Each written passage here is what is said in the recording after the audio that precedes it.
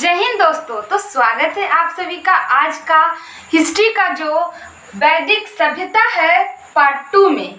आज हम वैदिक सभ्यता का जो फर्स्ट क्लास है उसके बारे में, वैदिक सभ्यता क्या है और वैदिक सभ्यता हमारे भारत में कैसे आया, उसके बारे में हम अगले वीडियो में बताए हैं। पहले आप फर्स्ट वीडियो को जाकर देखिए, तब आपको इस वीडियो में आपको वैदिक सभ्यता के बारे में अच्छे से जानकारी मिलेगी। आज हम इस वीडियो में वैदिक सभ्यता के जो वेद हैं, 4 वेद, ऋग्वेद, सामवेद, यजुर्वेद, अथर्ववेद, इस 4 वेद में से आज हम 2 वेद के बारे में इस वीडियो में पढ़ने वाले हैं कि आखिर ऋग्वेद और यजुर्वेद क्या है और इनमें किस चीज के बारे में बताया गया है। तो हम पढ़ते हैं कि ऋग्वेद क्या है।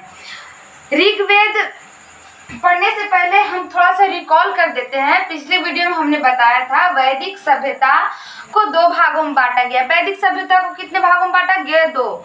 एक है उत्तर वैदिक काल और दूसरा है आपका ऋग वैदिक काल। उत्तर वैदिक काल और ऋग वैदिक काल। इस समय वेदों की रचना हुई थी, इसीलिए इसको क्या कहते हैं? हम वैदिक काल कहते हैं। वेद को जो वेद है, वैदिक सभ्यता को हमारा देश भारत में लाने वाले जो हैं वो आर्य हैं। आर्य की जो भाषा होती है वो संस्कृत थी।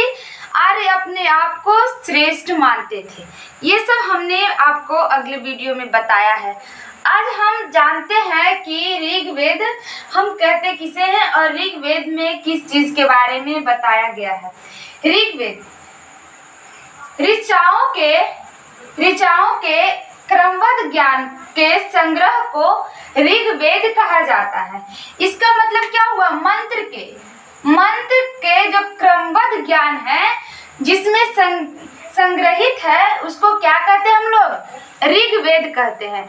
जितना भी हम लोग मंत्र देखते हैं, पंडित जी वगैरह जो धार्मिक अनुष्ठान होता है उसमें मंत्र पढ़ते हैं, तो वो मंत्र जो पढ़ते हैं वो किसमें संग्रहित है?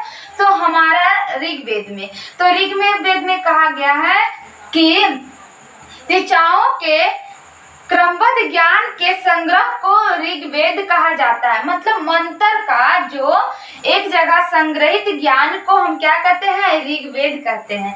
ऋग्वेद में कुल 10 मंडल है। ऋग्वेद में कितना मंडल है? 10 मंडल है। मंडल कहने का अर्थ है जैसे कि हम कोई भी बुक पढ़ते हैं तो उसमें चैप्टर होता है और उस चैप्टर के सामने लिखा रहता है कि इस चैप्टर में हम इसके बारे में पढ़ेंगे। उसी प्रकार मंडल होता है। आप मान लीजिए बात मतलब मंडल का बात स्वरूप हम मान लेते हैं कि वो एक चैप्टर होता है। तो ऋग्वेद में कुल कितने मंडल है? तो 10 मंडल है। ऋग्वेद में कितना मंडल है? 10 मंडल है। 1028 सूत्र है। 1028 क्या है? सूत्र है या श्लोक कह सकते हैं। 1028 क्या है? श्लोक है। इस वेद के पढ़ने वाले ऋषि को हेत्रो ऋषि कहा जाता है। हेत्रो ऋषि किसको कहा जाता है? जो ऋग्वेद को पढ़ते हैं। इस वेद से आर्य के राजनीति प्रणाली का इतिहास के बारे में पता लगता है। ऋग्वेद में हमें यह पता लगता है कि जो हमारे आर्य थे वो उसका जो राजनीतिक प्रणाली था वो कैसा था, उन्होंने अपने प्रशासनिक इकाई को कैसे बनाए रखा। जैसे कि हमने बताया कि आपका जो ऋग्वेद के जो भी आर्य थे वो अपने जो प्रशासनिक इकाई था उसको 5 भागों में बांटा था। तो जो हमारा ऋग्वेद है उससे हमको क्या पता चलता है? राजनीतिक प्रणाली के बारे में पता चलता है एवं ईश्वर की महिमा के बारे में जानकारी मिलती है। ऋग्वेद में हमें किसके बारे में भी जानकारी मिलती है? ईश्वर की महिमा। कि उस समय जो ऋग्वेद में जो ईश्वर के बारे में जानते थे तो वो कौन कौन से ईश्वर हैं जिनको ऋग्वैदिक काल में पूजा जाता था, तो इसके बारे में भी पता चलता है। हमारा जो ऋग्वेद था तो हमने बताया इतिहास एवं ईश्वर की महिमा के बारे में जानकारी मिलती है। ईश्वर की महिमा की जानकारी किस वेद से मिलती है? तो ऋग्वेद से मिलती है। विश्वामित्र द्वारा रचित रचित तीसरे मंडल में। हमने मंडल बताया था 10 मंडल, तो 10वें मंडल में जो तीसरा मंडल है, तीसरा मंडल में गायत्री मंत्र का उल्लेख है। गायत्री मंत्र का उल्लेख है। ये विश्वामित्र द्वारा रचित है। विश्वामित्र एक ऋषि मुनि थे, उन्होंने गायत्री मंत्र को लिखा है, वो तीसरे मंडल में। गायत्री मंत्र किसने मंडल में? तीसरे मंडल में। देखते होंगे सुबह सुबह हमारे जो दादा होते हैं या बूढ़े बुजुर्ग लोग सुबह उठ के गायत्री मंत्र बोलते हैं। ओम भूर्भुवः स्वः तत्सवितुर्वरेण्यं भर्गो देवस्य धीमहि धियो यो न प्रचोदयात्। ये क्या है? ये आपका गायत्री मंत्र है। इस मंत्र का उच्चारण करते हैं। ये मंत्र किसको समर्पित है? आखिर ये मंत्र हम किसके लिए उच्चारण करते हैं?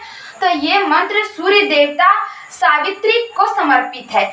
मतलब जैसे कि सूर्य को हम सूर्य देवता उस देवता को कहते हैं, जैसे कि सूर्य देव है, उनका प्रकाश जो धरती पर आ गया उसको सूर्य देवता कहा जाता है। जब सूर्य देवता की जो प्रकाश है वो धरती पे आ जाती है तो उसको क्या कहा जाता है? सूर्य देवता। और जब सूर्य देव लाल टाइप रहते हैं, उनका जो प्रकाश उसमें नहीं रहता, हम सूर्य को साक्षात देख सकते हैं, तो वो क्या होता है? उसको हम क्या कहते हैं? सावित्री कहते हैं। जैसे कि सुबह से जो आपको सुबह जो 4 से 5-6 के बीच जो सूर्य रहता है उनको क्या कहते हैं? सावित्री कहते हैं। तो ये मंत्र उन्हीं के लिए अर्पित था। ये गायत्री मंत्र उन्हीं के लिए अर्पित था। गायत्री मंत्र को तीसरे मंडल में रखा गया। इसके रचयिता विश्वामित्र थे, ध्यान में रखिएगा। और देखिए 9वें मंडल में सोम देवता का जो वर्णन है वो कितने मंडल में है? तो 9वें मंडल में। 9वें मंडल में आपका सोम देवता का वर्णन है। जो ऋग्वेद में वर्ण को 4 भागों में बांटा गया, मतलब समाज को 4 भागों में बांट दिया गया था। हमारा जो ऋग वैदिक काल था वो वैदिक काल, अच्छा वैदिक काल हम मतलब मानते हैं, क्योंकि इस काल में जो महिला थी उसको शिक्षा ग्रहण करने का अधिकार था। वो लोग क्या करते थे? तो शिक्षा को ग्रहण करते थे। किस काल में?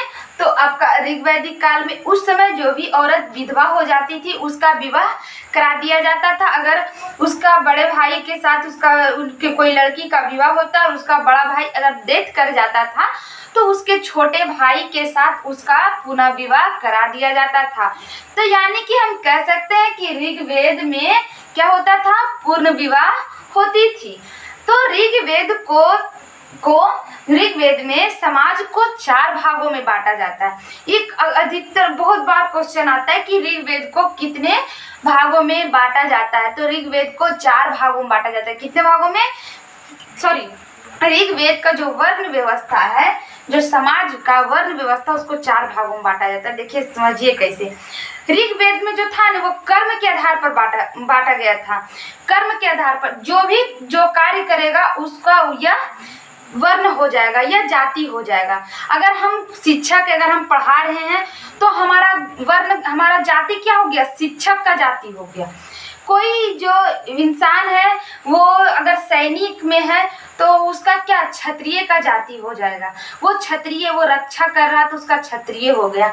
अगर कोई व्यक्ति व्यवसाय कर रहा है, कोई दुकान वगैरह दिया हुआ है तो उसको हम वैश्य कहते हैं। अगर कोई किसी का नौकरी कर रहा है या किसी के घर में कोई काम कर रहा है तो उसको वैश्य कहा गया।